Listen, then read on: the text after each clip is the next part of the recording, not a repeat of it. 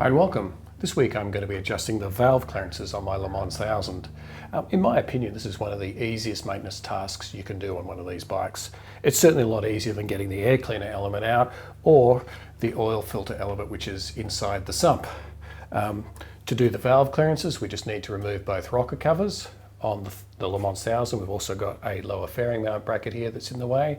That can be pushed to one side or removed. You then need to remove both spark plugs to make the engine easier to turn over. Remove the inspection cover cap down here so you can see the timing marks. And then you can either put the bike into top gear and rotate the engine around using the rear wheel, or you can take the alternator cover off and use an Allen key there. Okay, let's get into it by removing the two rocker covers and the spark plugs.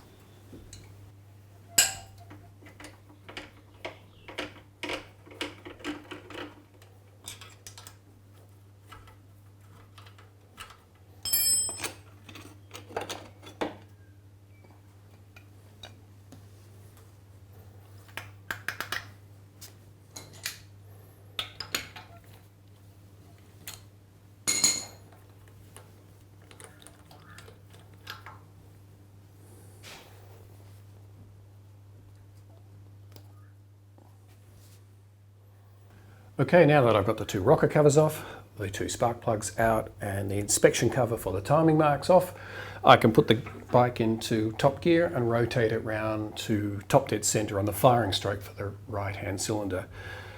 Now the two marks, there are two sets of marks on the flywheel, one for the left, one for the right. They are often marked with an S and a D, which is the first letter of the Italian word for left and right. Sinistra and destra, but that's not always the case, so you can't always rely on that. You can either look down the spark plug cap or use a short screwdriver to see when it's coming up to top dead center on that side to make sure you've got the right inspection marks. But you'll soon know if you've got it on the right stroke. If you've got it on the wrong stroke, the valves will still be in operation. On the top dead center of the firing stroke, both valves should have a little bit of free play, and you should be able to feel a little bit of free play here, and you can then check your valve clearances. I mean, the main reason why we allow clearance at that point is because the engine is made of two different types of metals in essence. You've got steel and alloy in here, and those metals expand at slightly different rates. So we want a working clearance which is set at cold but designed to be at a particular clearance when the engine is hot to allow for efficient running of the engine so that the valves don't open as the engine expands and you lose a little bit of compression and run the risk of burning an exhaust valve, or if the gap is too big, your valves timing will be out a little bit, which usually doesn't impact on the running that much, but it can do if there's excessive play in your valve clearances.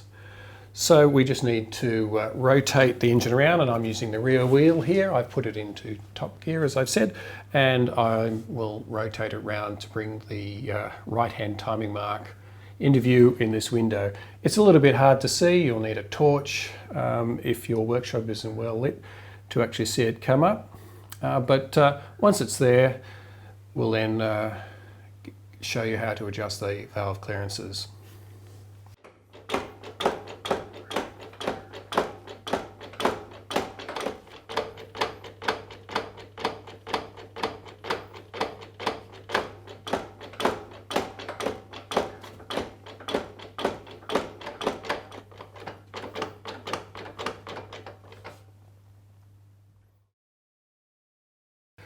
Okay, I've got the engine at top dead center on the firing stroke. I can tell because there's a little bit of free play on both rocker arms here.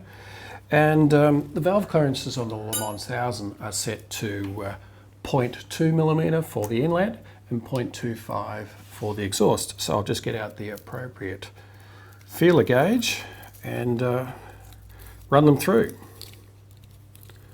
So 0.2 for the inlet, and you just run it through between the rocker and the valve. And there should be some resistance, but it shouldn't be too tight. So if there's a moderate amount of resistance, which there is in this case, this valve is fine. The clearance is fine on that. Now I'll just get 0.25 here and check the other side. Okay, 2.5, and I just run that through the exhaust valve clearance. And again, that is a moderately firm fit there. So the exhaust clearance on this particular side is fine.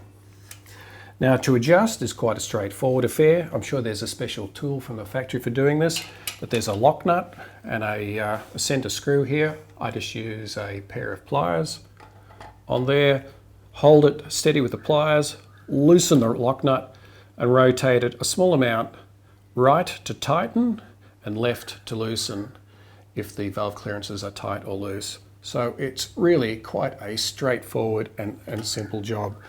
And then you check it again. I should have put those two, so that still again, as you can see, it's nice and firm but not too tight. So the clearances on this are perfect. Another way of checking that you're at the top dead center in the right cylinder is to put something down the plug hole, and you will just, in this case I can see that the piston is at top dead center. You want to be careful doing that because you can knock debris off the piston, which could get into the down around where the rings are. So probably rather than a screwdriver, should be using something like a little bit of plastic. But and that's really all there is to adjusting valve clearances. Now all I need to do is rotate the engine round to top dead center on the firing stroke for the left-hand cylinder, do the same, and then put everything back together. It's that straightforward. And after that, we just put the rocker covers back on, put back the spark plugs, reinsert the inspection cover cap. Just a tip there, as they get older, the plastic gets quite hard, and soaking it in hot water will certainly soften it if you're having trouble putting it in. The last thing you want to do is accidentally pop it right through into the flywheel area, because it's impossible to get it out again if it's in there. You're just going to have to leave it in there and get another one. And don't forget to put the bike back into neutral after you've done all this. There's nothing worse than starting the bike up in gear, I can tell you. Even if it is on the center stand, it makes a bit of a racket. And as I said, this is one of the simpler maintenance tasks you can do on a Moto Guzzi. Obviously, for your particular bike, if it's a different model, you need to check what the valve clearances are before you start making any adjustments. And I hope to cover some of the other service tasks in the future. But certainly, in my opinion, this is one of the easiest to do. Now, I'm not a trained mechanic, so please do your own research and confirm that this procedure is applicable to your particular bike before carrying out any maintenance work. Remember, when you do work on your bike, you are running the risk of placing your life in danger if you do something wrong. So if you don't have the confidence to do this sort of work, you should certainly leave it to a professional. I'll catch you next time.